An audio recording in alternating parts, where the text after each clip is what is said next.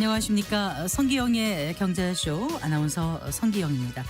지난해부터 점진적으로 살아나던 기업 공개 IPO 시장이 올해 들어 주가 상승과 함께 한층 더 활기를 띠고 있죠. 특히 올 상반기 IPO 시장은 신규 상장 기업 수와 또 공모 규모 면에서 전년 동기 대비 크게 확대되면서 상승세를 보이고 있습니다. 그런데 7월부터는 이 IPO 제도 개선안이 본격 시행되면서 기관 투자자의 의무 보유 부담이 커지고 또 공모 절차도 한층 까다로워졌다고 합니다. 이렇게 되면 하반기 IPO 시장부터 본격적으로 옥석 가리기가 나타날 것이라는 그런 전망도 나오던데요. 자, 공모주 투자에 있어서 꼭 알아둬야 할 것과 주의할 점에 대해서 잠시 후에 꼼꼼히 짚어보겠습니다. 대한민국은 도시 구조와 인구의 구조가 급변하는 대전환 시대에 돌입했습니다.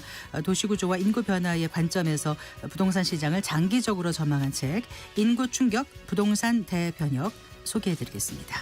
이 시간 유튜브로도 함께합니다.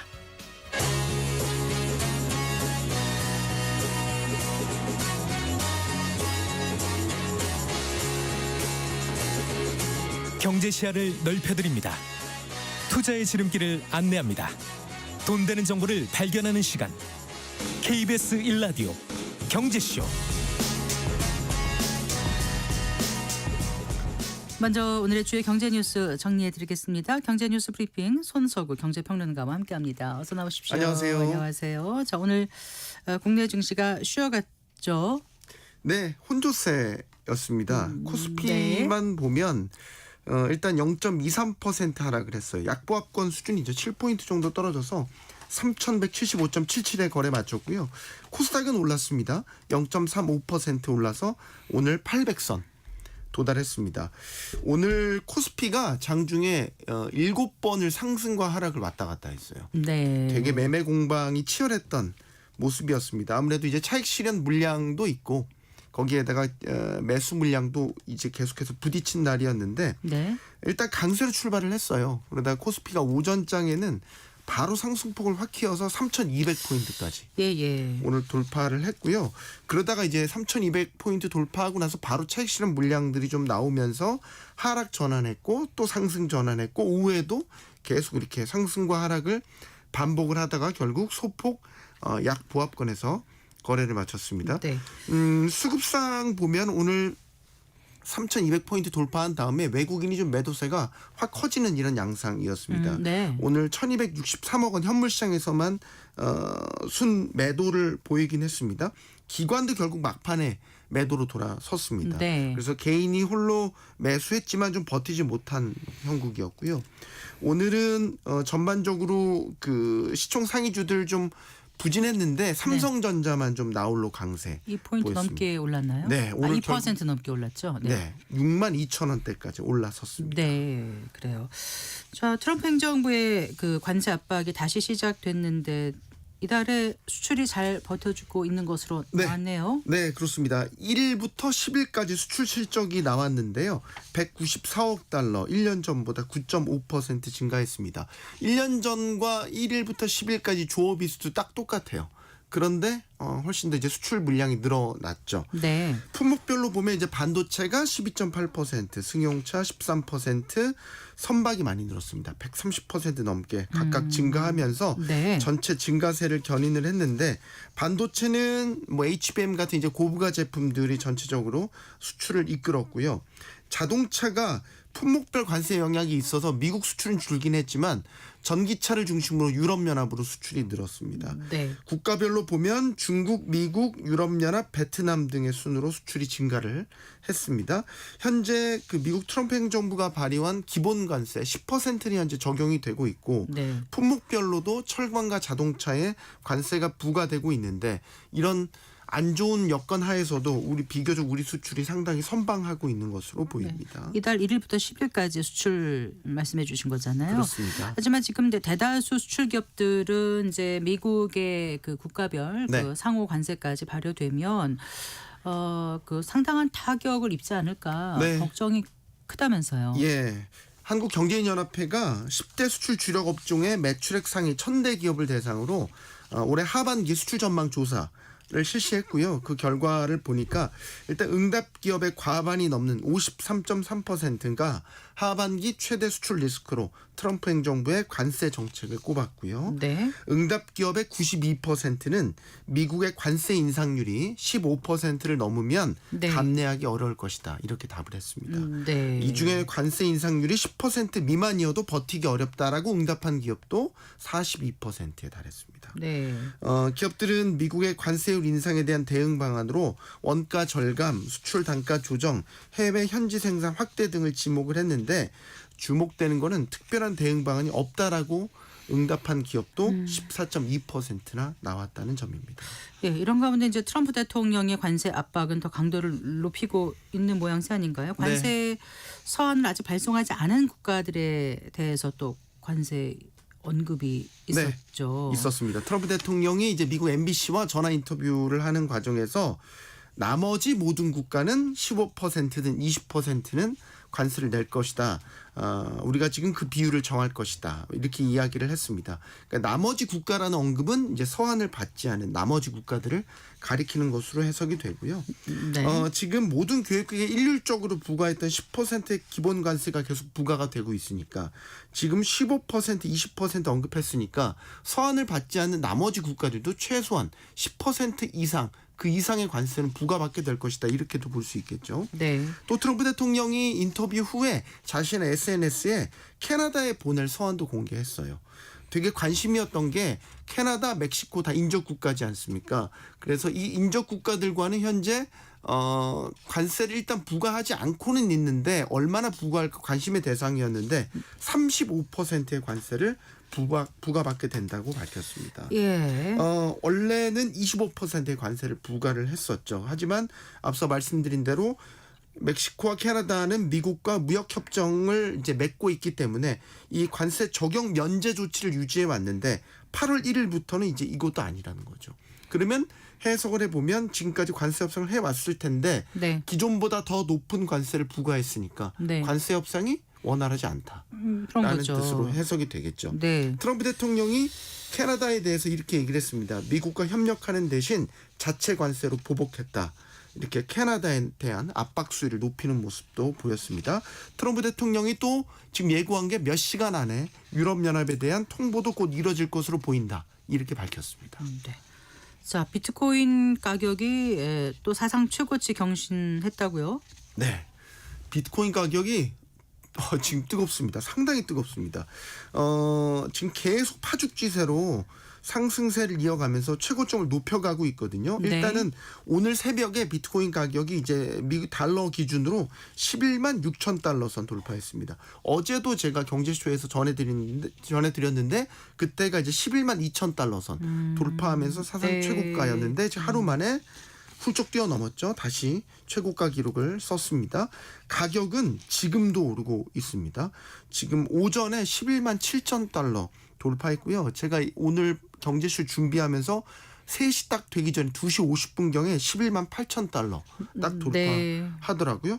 그러니까 우리 한화로는 이제 1억 6천만 원까지도 돌파를 했습니다. 지금은 조금 다시 떨어지긴 했는데 1억 5,900만 원 선 그리고 미달러 기준으로는 11만 7천 달러 선에서 지금 현재 거래가 되고 있고요. 네. 이게 비트코인이 강세를 보이니까 다른 이더리움을 비롯한 주요 알트코인들도 지금 뭐 5에서 10% 수준까지의 강세를 동반해서 나타나고 있습니다. 네. 지난달까지만 해도 비트코인 가격이 좀 횡보세였는데 그랬죠. 갑자기 또 이렇게 강세를 보이는 이유는 어떻게 분석되고 있습니까? 다양한 분석이 나오고 있는데 가장 설득력 있는 분석은 크게 두 가지입니다. 일단은 최근에 기술주 강세가 아주 도드라지게 나타났지 않습니까?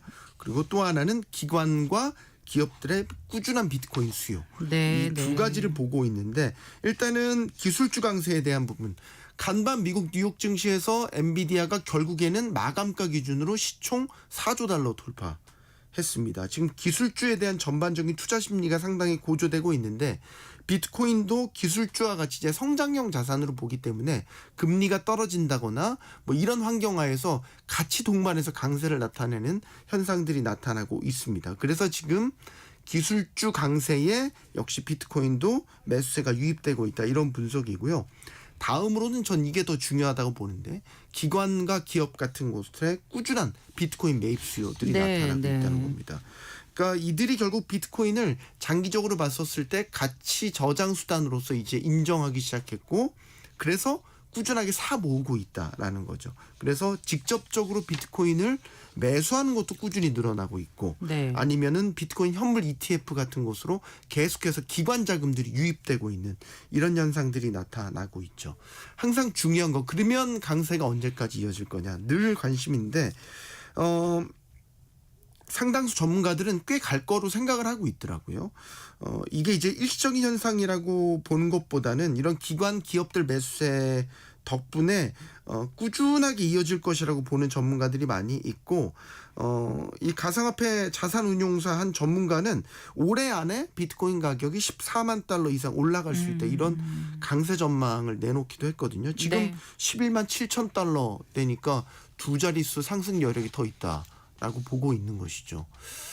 지켜볼 일이지만 어쨌든 지금 강세장에 진입한 거는 맞는 것 같습니다. 네, 잘 들었습니다. 고맙습니다. 감사합니다. 경제뉴스 브리핑 손서구 경제평론가와 함께했습니다.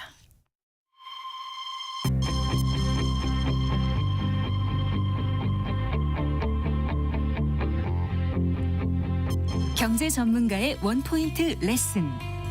꼭 알아야 할 정보와 이슈를 알기 쉽게 풀어드립니다.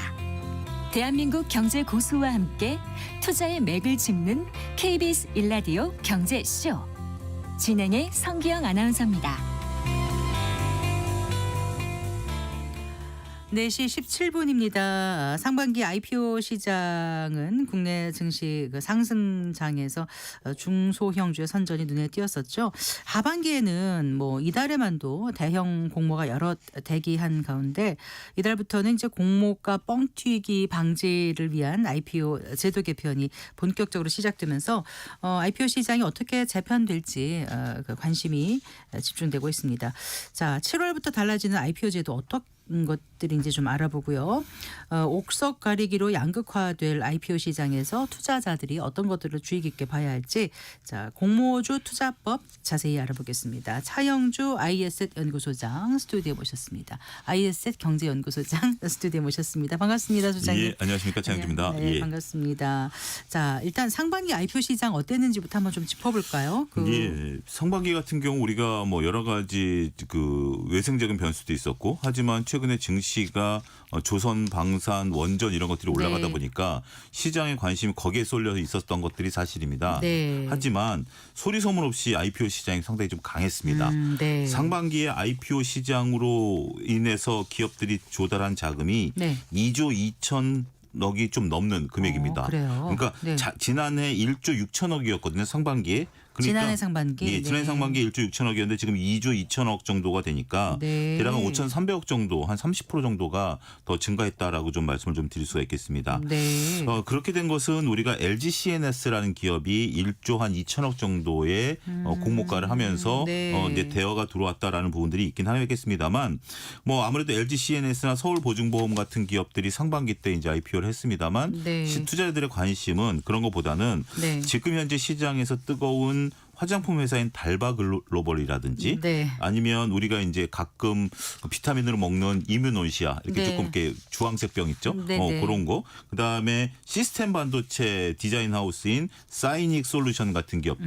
그러니까 어떻게 보면 이렇게 업종이 모여 있지는 않고요. 네. 상반기의 특징을 보면 보통 이제 우리가 2022년, 2023년에는 업종들이 모여 있었거든요. 네. 주로 이제 뭐 바이오라든지 2차 전지라든지 네. 이런 것들이 모여 있었다라면 지금은 이런 표현이 적절한지 모르겠지만 좀 각계전투 같은 느낌? 각각의 뭐 바이오 회사도 있고 네. 반도체 회사도 있고 그다음에 서울보증보험 같은 보험 회사도 있고 그러네요. 뭐 네. 이런 것들이 있으면서 각각 다릅니다. 근데 이런 것들이 또 나오면서 한편으로서 또 공모주의 대거 또 청약 열기도 뜨거웠었습니다. 네. 우리가 인투스라는 기업은 2,200대 1이었고요. 그다음에 그랬었나요? 예, 이렇게 오. 그러니까 어제 금액 자체가 좀 작은 좀 모수가 작다라는 것도 있긴 하겠습니다만 네. 인투스 같은 경우 2,200대 1이고 GFC 생명과 같은 경우도 2,100대 1. 네. 그다음에 키스트로 같은 종목도 2,100대 1. 그러니까 우리가 뭐 무슨 기업인지 좀 알기는 어려운 기업들도 좀 있긴 하겠습니다만 네. 전반적으로 나름대로 상반기 주식 IPO 시장이 정말 소리 소문 없이 뜨거웠었다. 이런 결론이 가능할 것 같습니다. 그렇군요. 네. 실제로 그러면은 이 상장 후에 네. 실적 주가는 어떤데요? 보통 이제 우리가 2022년도에 이제 그런 유행어가 있었습니다. 소위 IPO 시장에 들어가서 치킨 값을 이제 번다 뭐 이런 이제 농담이 있었습니다. 왜냐하면 네. IPO 시장에 있어서 공모를 받으면 네. 공모가가 이제 2배까지 당시엔 올라갈 수 있었거든요. 그렇기 때문에 잘해서 2배가 올라가면 야, 이게 치킨값 버는 거 아니야라는 부분들이 있었는데 네. 지금 공모가가 3배까지 올라가다 보니까 그렇게 올라가는 기업들은 없어요. 그런데 변동성이 그렇게 심하지는 않습니다. 오히려. 아, 그래요? 예, 이렇게 우리가 미국 같은 경우 이제 상한가 폭이 없지 않습니까? 우리는 이제 상한가가 이제 30%의 폭이 있는데 네. 이 폭을 없애는 것들이 부작용이 있느냐라는 부분들도 있긴 하겠습니다만 자율로 맡겨놓으면 과감하게 배팅을 또 못하는 경우도 있거든요. 그러다 보니까 상반기에 나온 기업들의 전반적인 실적을 놓고 보면 오히려 변동성은 작고 네. 안정적으로 수익을 꾸준히 올라가는 기업들이 네. 대부분 있었다. 이런 결론이 가능할 것 같습니다. 네. 이제 하반기에 흔히 말하는 대어들의 IPO가 기다리고 예. 있다 이렇게 하는데 예. 어떤 게 대어입니까? 일단 지금 현재 보고 있는 기업이 이제 두 개인데 대어라고 한다라면 네. 우리가 이제 우량 기업들을 대어라고 하기보다는 네. IPO 시장에서는 그 공모 금액이 큰 것을 대어라고 합니다. 네. 그래야 보다 많은 분들이 참여하고 아까 같이 인투스 같이 2,200대 1이라는 것은 거의 공모를 해봤자 받을 수 있는 그게 것은 거의 뭐 없다라고 봐야 없다라고 되겠죠. 보니까 예. 치킨값도 치킨값도 벌기 어려운 뭐 어려운. 진짜 그런 부분들인데 네. 이렇게 대한조선이라든지 무신사 같은 기업들은 네. 우량 기업의 나름대로 범죄에 들어가면서 공모 규모도 크거든요. 네. 대한조선 같은 경우 우리가 지금 조선업이 화랑인 부분들이 있죠. 네. 물론 이제 지금 우리가 현대라든지 뭐 삼성이라든지 한화 이런 것들을 보지만 우리가 그거보다 규모가 조금 작긴 합니다. 네. 하지만 중소형 조선사 중에서는 네. 영업이익이 지금 한 1,300억 정도 나고 있고 굉장히 좀 지난해 매출은 1조 746억 이모인데 원, 영업이익은 1,582억 원. 1,580억 정도 나고 네, 있으니까 네. 굉장히 좀 우량한 기업이다라고 좀 말씀드릴 수 있겠죠. 네. 그리고 더군다나 이제 큰 배 아주 이제 규모 있는 뭐 배들을 하고 고부가치 선박은 아니다 하더라도 네. 탱크선 같은 경우 우리가 네, 이제 네. 원유를 수송한다라든지 그다음에 이제 우리가 운하를 통과해야 되는 규모의 네. 중대형 정도의 유조선들을 만드는 부분에 있어 특화돼 있어요. 네. 그러다 보니까 여기에 이제 관심이 있고 네. 무신사 같은 경우는 여성분들이 잘 아실 겁니다. 우리가 이제 의류 업체죠. 그런 건데 여기도 저도 이제 가끔 아내랑 같이 가봅니다만. 그러세요? 예, 무신사 오. 같은 경우 이제 몇 번 네. 따라가 봤는데. 무진장 신발 사진이 많은 곳이란 이름의 커뮤니티로 출발했다면서요?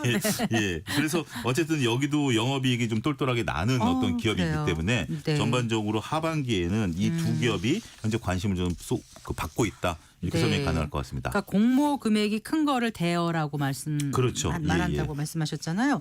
그럼 지금 말씀하신 대한조선하고 무신사는 어느 정도 예상을 시장에서 하고 있어요? 공모가랑 지금 어느 이제 정도 모일까? 제가 이제 그 공모가는 제가 지금 이제 조사를 좀 해보진 못했습니다만 네. 일단 보통 우리가 공모를 한다라고 한다라면 네. 뭐 한 3, 4천억 이상 정도 되면 대여라고 충분히 자리매김할 수 있는 부분들이다라고 말씀드릴 수 있겠습니다. 그럼 대한조선 같은 경우는 희망 공모가 범위가 뭐 42,000원에서 5만 원. 예. 그다음에 공모 예정 금액은 최대 5천억 예, 원까지도 그 이제 정도니까. 바라보고 예. 있는 것 4천억 같아요. 이상 되니까 네. 대여라고 얘기할 수 있겠죠. 네, 무신사도 아주 야심차게 지금 예. 추진을 하고 있는 것 같아요. 자, 그런데 이제 이번 달부터 뭐 이제 얼마 안 됐습니다. 이번 달 그렇죠. 해봐야. 그런데 이제 IPO 제도 개선 방안이 시행됐다고 하지 않습니까? 예. 관심 있는 분은 알고 계시지만 예. 그게 또 뭐지 이런 분들도 계실 것 같아요. 어떤 건지 좀 설명을 해주십시오. 7월 1일부터 우리가 이게 IPO 개선 방안 난 뉴스 못 본 것 같은데 하시는 분들도 계실 거예요. 근데 이게 뉴스가 언제 나왔냐면 네. 올 1월 달에 나온 뉴스입니다. 아. 시행을 하겠다라는 뉴스가 올 1월 달에 나왔고 네. 그게 이제 7월 1일부터 시행이 된 부분들이다라고 말씀을 좀 드릴 수가 있겠습니다. 네, 네. 크게 보면 우리가 이제 공모가라는 것은 네. 그러니까 이제 공모가라는 것은 기업이 가치를 선정을 해서 그다음에 그 일반 그 투자자들에게 내가 어느 정도 돈을 받고, 그러니까 주가를 어느 정도 받고, 예를 들어 주가가 10,000원이 됐던 20,000원이 됐던 네. 이것을 이제 가지고 주식시장에 들어오겠다라고 하는 게 공모가거든요. 그렇죠. 그건 이제 공모가인데 이 공모가 선정 과정에 있어서 네. 기관 투자자들의 역할을 조금 일부 제어를 했습니다. 그러니까 기존에는 네. 공모가를 선정하는 과정에 있어서 네. 기관 투자자들에게 먼저 기회를 그 공모가 밴드를 받았어요. 그렇죠. 기관이 또 예, 물량도 많이 물량을 받아가니까. 받으니까 네. 그래서 거기에 따라서 기관들이 물량을 많이 받겠다라고 한다라면 네. 공모가가 상단에 올라갑니다. 그러니까 공모가 밴드라고 해서 네. 예를 들어서 10,000원에서 15,000원 정도다라고 하면 기관들이 막 몰리면 15,000원 정도 돼서 이제 공모가 형성이 되는 거죠. 네. 그러면 이제 기관들 같은 경우는 그 물량을 많이 받으니까 이 기업이 좋은 기업 아니야라고 개인들이 몰릴 때 거기다 물량을 좀 쏟아붓는 거 아니냐라는 의심의 눈초리가 있었던 것들이 사실이에요. 네. 그런데 이 제도를 바꿨습니다. 어떻게요? 일단 네. 가격을 먼저 선정한 다음에 예. 그다음에 무조건 신청하도록 바꿔놓으니까 기관들이 가격 조정에 대한 부분들이 상당 부분 사라졌다라는 기관들이 입김이 좀 많이 사라졌다라는 사라졌다? 거고 가격을 먼저 선정을 예, 해요. 먼저 선정을 그 하는 가격은 누가 선정을? 그거는 이제 그 평가기관에서 선정을 하도록 돼 있기 네, 때문에 네. 그건 어차피 평가기관에다가 기관의 어떤 수요 예측이 들어갔었었는데 네. 수요 예측이 빠져버린 거죠. 그다음에 두 번째는 기관들이 참여할 수 있는 게 과거에는 기관들이 그 보증금 우리 이제 일반인들 같은 경우 과거에는 내가 금액을 먼저 보증금을 내고 네. 거기에 따라서 수량 배분이 있었거든요. 네, 네. 예, 그게 이제 그다음에 균등 배분으로 바뀌었습니다만 네. 기관들 같은 경우 그 보증금 같은 것을 크로스 체크를 못했어요. 그러다 보니까 예. 자기 자본금보다 이상으로 우리가 LG엔솔 사태 때 자본금이 한 1,000억짜리가 1조를 뭐 청약을 한다라든지 그렇게 해도 몰랐다는 거죠? 몰랐다라는 거죠. 네. 그게 이제 제도 개선에 대한 부분들이 있어서 자기 자본금만큼만 청약을 할 수 있고요. 또 청약을 받는 과정에 있어서 보호 예수라고 그래서 우리가 이제 몇 개월 동안 팔지 않겠다라는 네. 건데 최소 3개월 넘어서 6개월 이상 우리가 팔지 않겠다라고 확약한 기관에게 네. 좀 더 많은 물량을 배분하는 제도로 개인 주주들에 대한 부분들이 좀 강화된 법들이 시행이 되고 있다. 그러니까 그게 이제 공모주 의무 보유 기간을 확약을 하는데 그렇죠. 그게 3개월에서 6개월 6개월로 이상. 예. 늘었다. 보통 이제 네. 그런 부분들은 이제 자율적으로 정했었습니다. 그게 왜 이 보호예수 제도라는 것이 있냐라면 네. 그 부분을 좀 먼저 말씀드려야 되겠는데 A라는 기업이 상장하는 과정에 있어서 네. 상당히 여러 가지 이제 우여곡절이 있지 않겠습니까? 그렇겠죠. 그러다 보면 네. 뭐 자금 사정도 어렵게 되고 그러면 이제 자기의 지분을 뭐 개인이라든지 아니면 창투사 같은 데다가 네, 네. 주게 되는 거죠. 그렇죠. 근데 이제 창투사 같은 경우 예를 들어서 싸게 주식을 좀 샀다가 네. 공모 가격이 이제 어느 쫙 정도. 올라간 상태에서 네. 갑자기 이제 물건을 팔아버리면 네. 신규로 IPO로 들어온 사람과 네. 기존에 갖고 있었던 물량이 부딪히게 되죠. 그러면 누가 이길까요? 기존에 갖고 있었던 사람들이 이기겠죠. 무조건 싸게 팔아도 자기네들이 이득을 보는 거니까. 그렇죠. 예. 네. 그렇기 때문에 이분들이 상장 과정에서 상장 당일날 파는 게 아니라 네. 최소한 3개월, 6개월, 있다가. 1년, 2년 있다 팔도록 제도를 그렇게 만들어 놓은 겁니다. 네. 일정 수량을. 네. 근데 기관 같은 경우도 네. 많은 물량을 받기 그 때문에 전에 그 보호예수는 있었잖아요. 보호예수는 있었던 있었는데. 제도인데 네. 좀 더 그러니까 이제 요거는 이제 일반적인 보호예수에 대한 설명이고 예. 상장 과정에 있어서 네. 주식을 받기 위해서는 네. 보호예수 기간을 길게 가져갈 수 있도록 제도가 개선이 됐다. 이렇게 두 가지로 이해를 하시면 될 것 네. 같습니다. 그리고 공모주 물량 중 40% 이상을 의무 보유 확약을 한 기관에 네. 우선 배정을 하는 거죠. 한다고 하던데요. 그러니까 예를 들어서 네. 내가 100주를 받으면 네. 40주를 6개월 이상 그 이제 그 40% 저는 이상이니까 갖고 있어야 되는 거죠. 6개월 정도는 갖고 있다라는 거죠. 그렇기 때문에 네. 그러니까 이 기관들 입장에서 신중해질 수밖에 없어요. 당장 지금 이제 우리가 일반 투자자들처럼 치킨 값을 벌겠다라고 들어올 수 있는 것은 아니지 않습니까? 네. 왜냐하면 뭐 6개월 뒤에 12개월 뒤에 이 주가가 떨어지게 되면 그들도 손해를 볼 수밖에 없는 거기 때문에 네. 그들 입장에서도 이게 우량 기업이면은 보호예수에 대한 확약을 좀 더 길게 걸 수도 있겠죠. 그렇겠죠. 자기들이 예. 자신 있으면. 자신 있으니까 네. 그렇지 않다라면 기관들 입장에서는 슬그머니 발을 뺄 수도 있겠죠. 네. 그렇게 되면 네. 또 그 기준점을 네. 공모가를 그러면 일단 공모하는 입장에서 네. 기관들이 별로 다 올 것 같지 않다. 그러면 결국은 안전맞이라는 개념으로 공모가를 낮춰서 들어갈 수밖에 하겠죠. 없는 거죠. 네. 그런 것들이기 때문에 네. 서로가 윈윈할 수 있는 그러한 제도적인 개선이다. 이렇게 설명이 그래서 가능합니다. 확약 물량이 40% 미치지 못하면 주관사가 네. 뭐 공모 물량의 1%를 취득해서 6개월을 보유한다 네. 해야 하는 거잖아요. 그러니까 주관사의 역할이 커진 겁니다. 앞서 이제 언급드렸던 것처럼 공모가를 결정하는 게 주관사가 그 가격을 산정하고 네. 결국은 기업이랑 협의한 다음에 네. 금감원에 신고하는 거거든요. 네. 그러니까 만약에 이게 기관들이 물건을 안 받아가면 네. 주관사가 그 물량을 떠안게 되는 거죠. 네. 그럼 주관사 입장에서는 작은 부담이 될 수밖에 없겠죠. 네. 진짜 IPO를 통해서 수수료 수입이 생기는 건데 그러니까요. 그렇지 않고 자기 자본이 들어가야 되는 부분 아니겠습니까? 그럼 수수료를 좀 높이 잡을 수도 있겠네요. 사전에 상장사하고. 근데 그 부분은 좀 쉽지는 않을 겁니다. 그래요? 왜냐하면 이게 IPO 관련해서 네. 증권사가 많기 때문에 경쟁이 있거든요. 이건 어떻게 보면 네. 시장 경제에 맞는 거죠. 네. 그러니까 여기서 할 수 있는 역할은 공모가를 합리적으로 하겠다는 게 금융감독원의 의지인 겁니다. 네. 그러니까 수수료야 뭐 싸게 해줄 수 있는 것은 뭐 그건 영업 비밀이긴 하겠습니다만 네. 공모가를 비싸게 해서 기관들이 안 들어오면 네. 주관사가 그것을 떠안으니까 공모가를 현실적으로 맞출 수밖에 없는 그런 계기가 됐다라고 말씀드립니다. 어쨌든 큰 틀에서 보면은 이제 투자자들 보호하는 장치인 그렇죠. 거고 공모주를 받은 기관들이 뭐 시장 당일이라든가 뭐 단기간 내에 차익 실현 없고 먹튀하는 것 같은 네. 이런 거를 좀 방지하겠다는 거잖아요. 그렇죠. 그게 목적이 있는 거죠. 그런데 이제 예를 들어서 1월에 이제 상장을 했어요. IPO를 예. 했는데 이제 3개월이 아니라 6개월로 늘어났어요.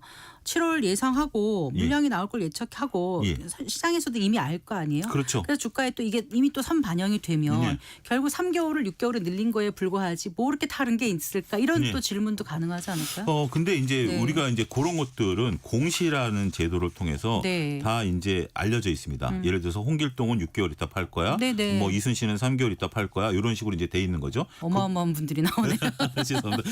이 예를 들어주기 위해서 네네. 이 영희 철수를 이제 바꾸겠습니다. 네. 예. 근데 이제 이런 것들인데 네. 우리가 이제 그걸 오버행 이슈라고 합니다. 네, 물량이 네. 나올 것을 대기해서 하는 건데 잠재적 대량 매도 물량이잖아요. 물량이죠. 네. 근데 만약에 기업이 정말로 앞으로 실적이 호전될 거다라고 한다면 굳이 그때 팔겠어요? 굳이 팔 필요는 없는 거죠. 그렇기 때문에 일단 지금 현재 정도 주가 수준이거나 네. 주가가 낮을 경우에 네. 물론 이제 공모가 대비해서 얼마큼 오르냐 빠지느냐인데 네. 일반적으로 기업은 IPO를 한 다음에 보호회수가 끝나면 네. 대부분 물량을 파는 게 정석입니다. 왜냐하면 그 돈 갖고 또 다른 IPO를 들어가야 되니까. 네. 근데 특별하게 이 기업의 주가가 앞으로 상장 여력이 있다라고 본다라면 굳이 오버행 이슈가 안 나온다라는 거죠. 네. 그리고 파는 입장에서도 예. 대량 물건을 한꺼번에 팔게 되면 주가에 영향을 미칠 수밖에 없는 거죠. 기업에도 영향을 예. 미치죠. 그렇기 때문에 네. 슬금슬금 매도를 하기 때문에 실질적으로 오버행 이슈에 따른 주가 조정은 있긴 하겠습니다만 네. 그 물량을 가지고 주가가 무너진다라고 보기에는 그렇게 이론처럼 확 그냥 뭐 당일날 판다라든지 네. 그러니까 이제 보유서 끝나고서 네. 확 뭐 한 달 내에 판다라든지 그런 물량들은 그렇게 쉽게 개인 투자자들이 찾아보기는 어렵다 이렇게 정리하겠습니다. 보통 IPO를 한 다음에 예. 어떻게 이제 기업이 활동을 합니까? 네.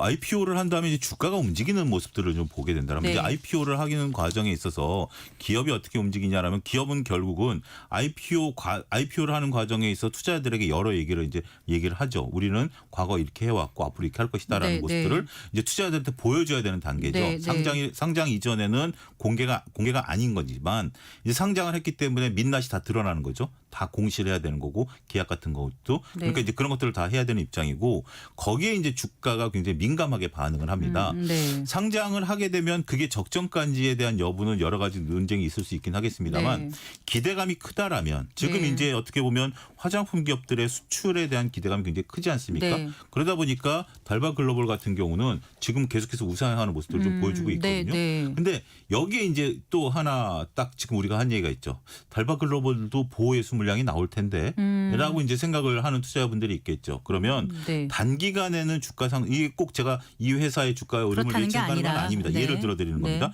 지금 현재 견조한 흐름들을 보여주고 있고 만약에 이게 새로운 수출 모멘텀이 나온다라면 네. 오버행 이슈라는 것을 잊어버려도 되겠죠. 그렇죠. 굳이 네, 뭐 이런 네. 부분들은 없겠죠. 하지만 네. 이게 만약에 갔는데 정말 생각보다 수출 데이터가 덜 나왔다라고 한다라면 오버행 이슈 때문이라도 주가는 더 조정을 받을 가능성도 아하, 있겠죠. 네. 그렇기 때문에 보통 기업이 성장성이 있는 기업 같은 경우는 한 달 정도 올라가는 사례가 상당히 많습니다.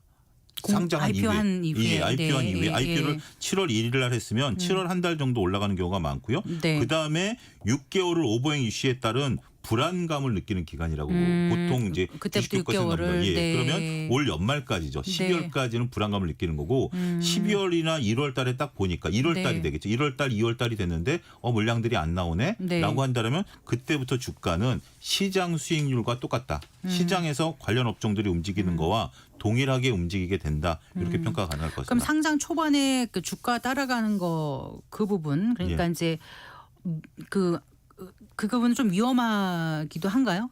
그 부분에 대해서는 조금 리스크가 좀 있다라고 보편적으로 얘기를 합니다. 예, 예. 왜냐하면 오버행 이슈에 따른 6개월의 조정 기간이 있는 거기 때문에 네. 보통 이제 IPO와 관련돼서 이제 주식 투자자분들이 이제 쓴 책들을 보면 상반기에 한 달 동안 올라갈 때 따라가기보다는 6개월이 지난 다음에 투자를 해라라고들 이구동성으로 말씀을 하세요. 그래서 한 달 동안 한 달이라는 거 특정하게 또 정한 건 아닌데 그렇게 됐다가 만약에 긍정적인 모멘텀이 있다라면 따라갈 수도 있긴 하겠습니다만 네. 그 이후에 주가 조정이 나온다라면 우리가 지금 이제 단기 급등한 종목들의 주가 조정을 대비하는 로스컷을 거는 것처럼 네. 손절에 대한 것들을 꼭 들어가야 된다라고 말씀드릴 수 네, 있죠. 근데 이제 보통 그 치킨값 말씀하셨는데 예. 공모주 청약할 때 많이 받기가 좀 어렵지 않습니까? 어렵죠. 그래서 예. 아예 상장 전에 비상장 상태일 때 예. 좀 이제 장외에서 좀 이제 예.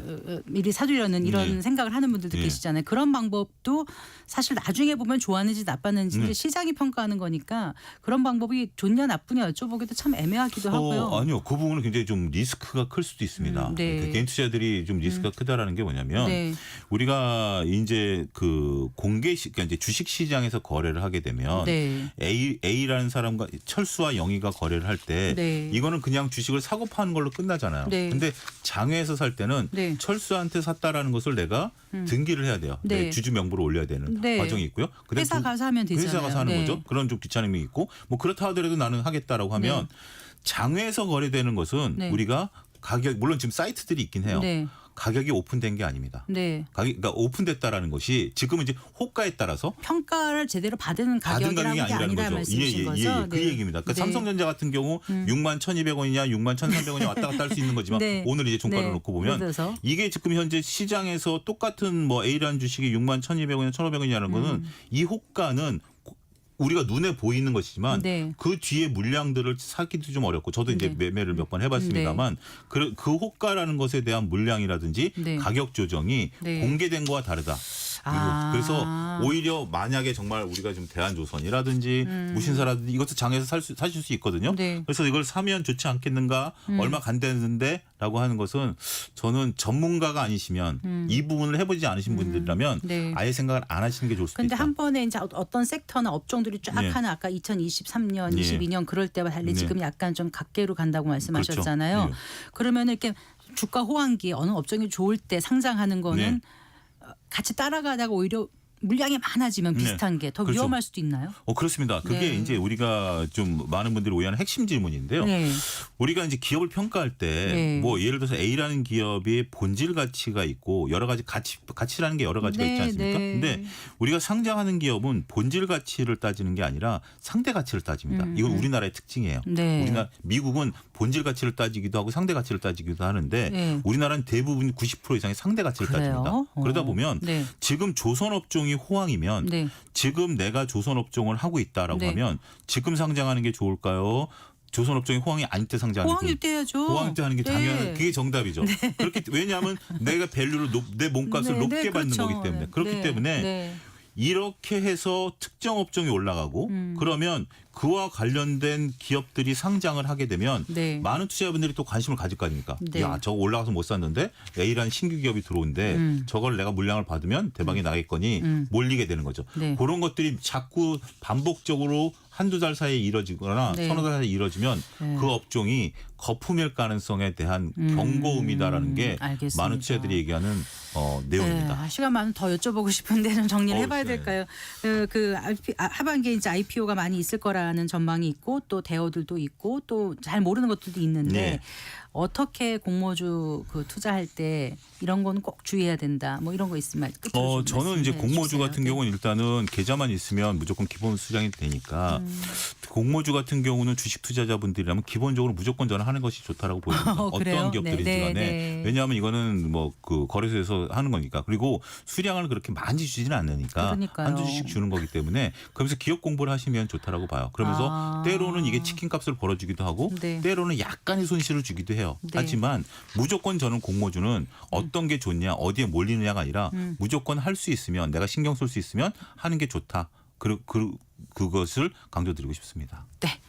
알겠습니다. 잘 들었습니다. 고맙습니다. 감사합니다. 네, IS의 경제연구소 차영주 소장과 함께했습니다.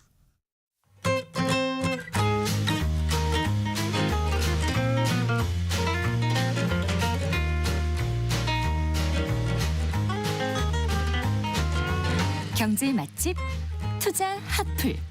지금은 돈 벌기 딱 좋은 시간. KBS 1라디오 경제쇼.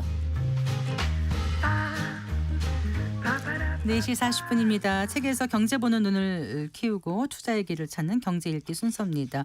자, 인구 구조 변화의 관점에서 그 부동산 시장을 장기적으로 조망하고 있는 책이라고 하네요. 인구 충격, 부동산 대변혁 오늘 소개해드리겠습니다. 미래에셋 투자와연금센터의 이상건 센터장과 함께합니다. 어서 나오십시오. 네, 반갑습니다. 안녕하세요. 자, 예. 인구 충격, 부동산 대변혁. 예. 제목은 확 와닿거든요. 책 제목이 저자와 책에 대해서 먼저 간략하게 소개해 예, 주십시오. 이 책은 현재 금융권에서 부동산 컨설턴트로 일하고 있는 김효선 씨의 책인데요. 아하, 김효선님. 예, 네. 근데 제목에서 볼 수 있듯이 인구 변화 속에서 장기 트렌드를 분석하는 책이에요. 예를 들어서 보통 부동산 책들은 어떤 지역을 찍어주거나 네. 뭐 시장 전망을 하거나 이런 책은 아니고요.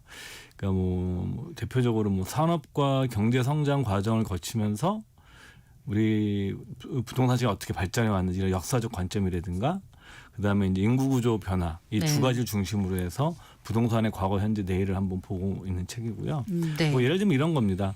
왜 우리나라는 다른 나라와 달리 아파트가 주된 주거 형태가 되어 왔는가? 그다음에 부동산 시장을 움직이는 힘, 뭐 예를 들어서 뭐 정부 정책이나 금리, 시장 심리 등이 어떻게 작동되는지, 네. 그리고 현재 나타나고 있는 가장 뭐 중요한 이슈 중에 하나죠. 부동산 시장의 양극화는 어느 정도 심화되고 있는지 네. 이런 것들을 이제 인구 구조와 경제 산업 발전사 이걸 양축을 해가지고 네. 분석하고 있어서 뭐 전체적으로 현재 이제 오늘날의 부동산 시장의 큰 그림을 보기에는 적합한 책인 것 같아요. 4월 말쯤에 나온 책이니까 아무래도 최근 시장 예. 흐름을 많이 좀 짚어놨겠습니다. 네. 방금 전에 말씀하셨는데 예. 이제 양극화 이게 이제 굉장히 좀 점점 더 고착화되고 있다고 해도 예. 이런지 모르겠는데요. 이 문제를 저자는 어떤 시각으로 바라보고 있던가요? 그러니까 현재 부동산 시장 양극화의 양상은 한마디로 네. 인구와 자산이 서울로 집중되는 현상이라고 표현을 하고 있어요. 이제 과거와 달리 지방의 자산가들이 과거에는 그 지역에 투자를 하셨는데 집을 또 사거나 지금은 이제 자녀들의 서울 정착을 위해서 우리 서울 지역의 아파트를 매입한 현상이 나타난다거나 또 고령화도 굉장히 중요한 요소죠. 우리나라 이제 지방의 대도시들이 소위 말하는 제조업 기반의 대도시들이거든요. 네, 네. 박정희 대통령 어떻게 건설을 하지 않았었습니까? 근데 이 지방 대도시가 이제 인구 감소가 되고 고령화가 되고 있는 거죠. 네. 그러다 보니까 이것을 과거처럼 뭐 제조업을 활성화시킨다고 쉬운 것도 아니고 그 문제가 그렇다고 뭐 지금 당장 대체 산업을 만들어 가지고 할 수 있는 것도 아니고 그러다 보니까 이런 문제 자체가 이제 굉장히 좀 어려워지고 있는 거고요. 네. 또 수요 공급 측면에서 저자가 보기에는 미스매치가 발생하고 있다. 이 책에서 많은 통계들을 얘기를 하고 있는데 네. 인구가 줄어드는 지역에서는 주택이 공급 과잉 상태고요. 수요가 집중된 뭐 서울 같은 곳은 재개발, 재건축 등이 이제 유일한 공급 방식인데 실제 공급이 안 된 지가 10여 년이 지났다. 그래서 안 됐다. 네. 그리고 여기에 또 하나는 주택 소비자들이 과거보다 굉장히 복잡해져 있다라는 거죠. 요구사항도 까다로워가지고 니즈도 다르고. 그러니까 과거처럼 표준화된 소위 말하는 주공 아파트라는 것처럼 일시적으로 공급했던 시대가 아니라는 거죠. 지금. 요즘은 이제 소득도 높아졌고 맞아요. 해외 각국 다 다니면서 예. 보는 것도 많고 하다 보니까 눈높이가 좀 높아졌다 예. 그럴까요? 네. 뭐 그다음에 헬스클럽도 있어야 되고 또 뭐도 있어야 되고 커뮤니티도 막, 예. 있어야 되고. 네. 예, 그래서 저자는 단순하게 이게 뭐 집값의 문제라는 시각보다는 전국적인 차원에서 대한민국의 공간을 어떻게 재배치할 것인가 네. 이런 관점이 필요하고 두 번째는 당연히 자산의 분산도 이루어져야 되는 거죠. 네. 자산이 이제 부동산은 자꾸 서울 수도권으로 오고 있으니까. 네. 그래서 뭐 최근에 뭐 이 책에 나온 내용은 아니지만 이명박 그러니까 이재명이죠. 이재명 정부 들어서 이제 주식시장 그 살리기 위해서 네. 노력하고 이런 것들도 사실은 어찌 보면은 이 자산을 분산시켜 나가기 위한 노력의 일환이라고 할 수가 있죠. 네. 지금 우리 주택 보급률이 얼마예요? 100%가 넘죠. 네. 네. 일단은 보급률은 100%라는 건 충분하다고 하는데 네. 또 충분하지 않거든요. 예. 그 수도권에는 주택을 더 공급해야 된다. 뭐 일자리가 많고 하다 네. 보니까. 그런데도 한편에서는 계속 수도권에만 집중하다 보면 예. 그 양극화는 더 벌어지는 거 아니냐. 예, 맞습니다. 이렇게 이제 의견이 맞서고 있거든요. 예. 그러니까 저자는 주택 보급률은 굉장히 유용한 지표인데 네. 한계가 있는 지표라고 얘기를 해요. 네. 그러니까 주택 보급률은 단순하게 주택 수를 가구 수로 나눈 값이다 그냥. 주택 수를 가구 수. 네. 그러니까 그래서 이제 주택 공급량의 적정성을 판단하는 지표 중에 지표이긴 하지만 절대적인 건 아니다라는 거죠. 왜냐하면 여기 지역별, 소득별, 가구별로 주택 수요라든가 니즈 등에 반영된 지표가 아니라는 거예요. 이 지표 자체가. 그리고 여기는 또 다주택자도 포함되어 있기 때문에. 네. 그래서 2022년 기준으로 주택 보급률이 100% 미만인 지역은 네. 서울, 대전, 인천입니다. 아, 지역별로 하면 서울은 100%가 안 되고 안 되고요. 대전, 인천도 안 되는군요. 예, 네. 가장 이제 높은 곳은 경상북도와 전라남도. 그러니까 절대 네. 그러니까 단순 우리가 절대 숫자로 보게 되면 서울 수도권이 가장 주택 수가 많죠. 네. 근데 보급률이 낮은 이유는 네. 수도권으로 인구 이동되는 사람들이 여전히 많고 네. 그러니까 다 늘어나니까 이게 보급률이 점점 떨어지겠죠. 그 다음에 또 서울 수도권은 다주택자 비율도 높다는 거예요. 네. 그렇기 때문에 하는 거고 그래서 향후에 이제 공급의 문제를 바라볼 때 저자는 과거처럼 얼마나 빨리 주택을 공급하느냐에 초점을 맞추지 말고 네. 어떻게 공급할 것인가. 그러니까 과거에는 어떻게 했냐면 그린벨트를 해제해가지고 신도시를 건설하면서 우리나라는 주택 공급 문제를 해결해 왔거든요. 네, 네.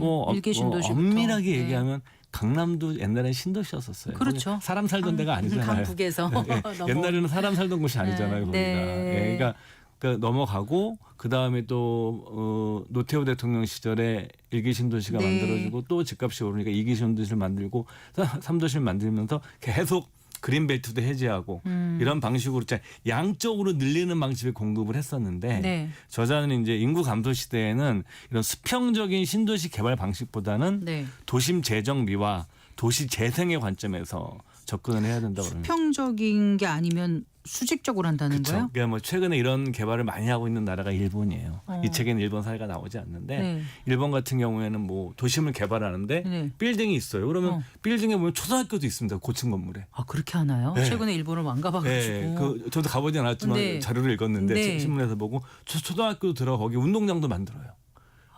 건물 안에? 완전 발상을 바꾸는 거죠.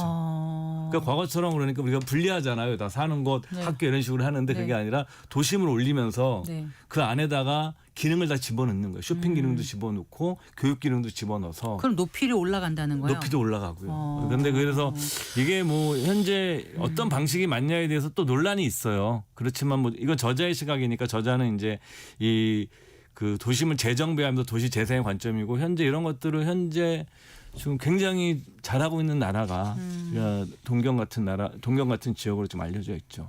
그게 그러면 이렇게 용적률을 높여서 위로 쌓는다는 개념인가요? 예, 많이 쌓아놔. 그러니까 그린벨트를 훼손하느니 차라리 예. 이런 방법이 낫다라는 올린다는 거를 거죠. 예. 그래요. 네. 근데 이건 사실은 뭐 이건 저자의 주장이고 또 이거 반대하시는 의견도 또 많이 있으세요. 그럴 것 같아요. 네.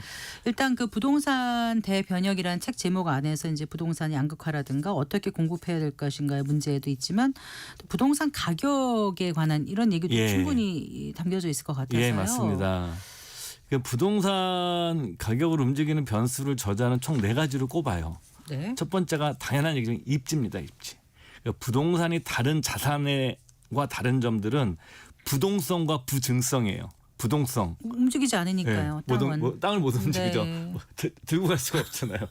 그다음에 부증성 증가를 못 시키죠. 네. 딱 정해져 있으니까 양이. 네. 그래서 이제 이런 특성 때문에 입지가 제일 중요하고 뭐 지금 미국 대통령인 도널드 트럼프가 원래 부동산 개발업자 출신이잖아요. 이 양반이 한 유명한 얘기가 첫째도 입지, 둘째도 입지, 셋째도 입지다. 뭐 이 네. 얘기도 이 책에도 인용이 되고 있고 네. 당연한 일은 부동산 정책이 중요합니다. 뭐 인허가라든가 용도 변경, 규제가 바뀌면 부동산의 가치가 변하는 거고요. 그렇죠. 예. 네. 세 번째와 네 번째가 금리와 심리입니다. 네. 뭐 요즘 이제 금리와 이제 그 대출 규제를 많이 하고 있는데 정부에서 그러니까 이제 금리는 두 가지로 영향을 미치죠. 대출을 받을 수 있는 금액에 영향을 미치고 다른 하나는 주택 담보 대출을 받은 사람들이 원금과 이자를 내야 되니까 그들의 이제 캐시플로우 유동성에 이제 그 가계 유동성에 영향을 있는데 저자는 뭐 금리가 절대적이지는 않다고 그래요. 금리가 올라도 오르는 시기가 있었고 또 금리가 그러니까, 내리면 실제 시장 금리가 올라도 그렇죠. 집값이 오르는 경우 있었죠. 원래는 금리가 오르면 내려야 되는데 네. 그렇지 않은 경우가 있었다. 특히 우리가 네. 여러분도 아시겠지 80년대 금리가 15% 13%였었어요. 그때는 저축 몇 년 하면 자형 저축 막 이런 거 들면은 예. 뭐 집 사고 금방 하지 그때도 않았습니까? 집값 올랐었습니다. 그럼 또 집값이 오르면서 그때 금리는 그랬었죠. 그렇기 네. 때문에 그래서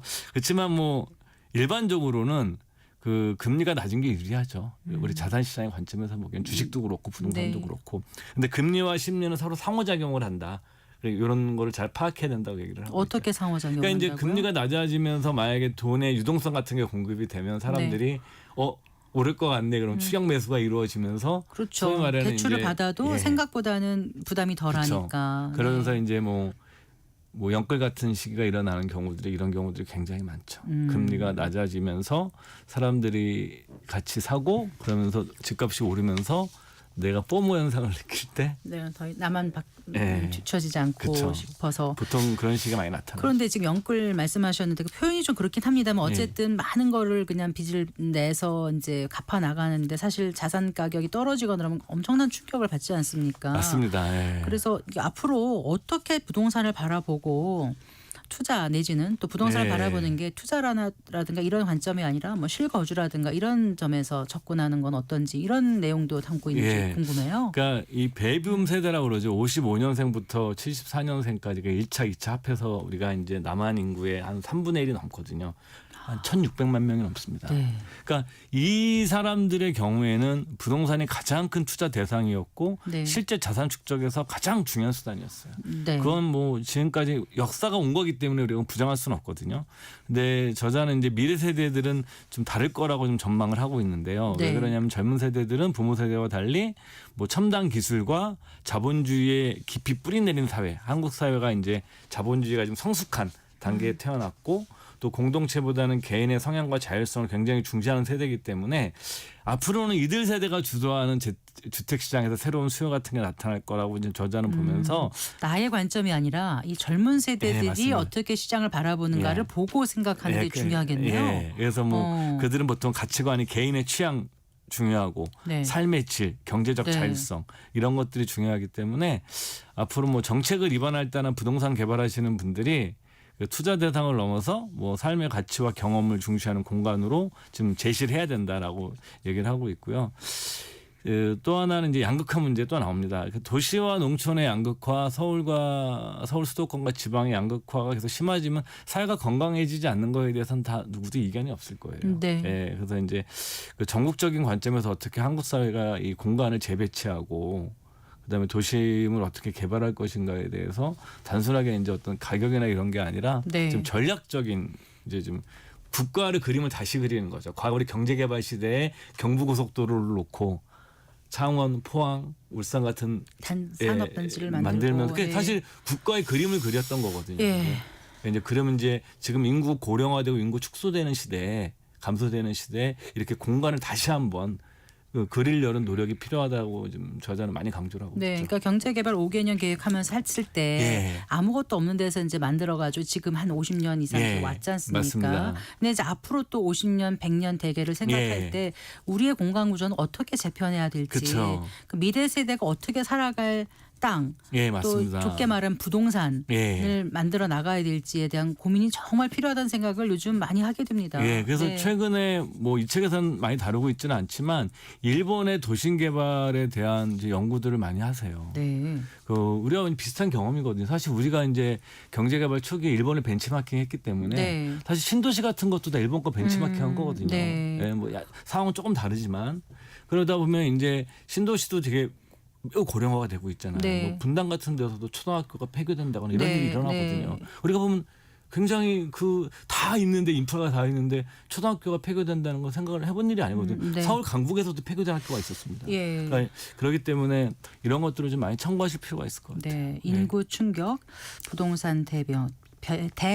예. 네, 한 번쯤 읽어볼 만한 그런 책인 것 같습니다. 네, 오늘 소개해 주셔서 감사합니다. 네, 고맙습니다. 네, 미래에셋투자와 연금센터 이상건 센터장과 함께했습니다. 마칠 시간입니다. 성기영의 경제쇼 오늘 순서 여기까지입니다. 주말 잘 보내시고요. 다음 주 월요일 오후 4시 5분에 여러분 다시 찾아뵙겠습니다. 성기영이었습니다. 고맙습니다.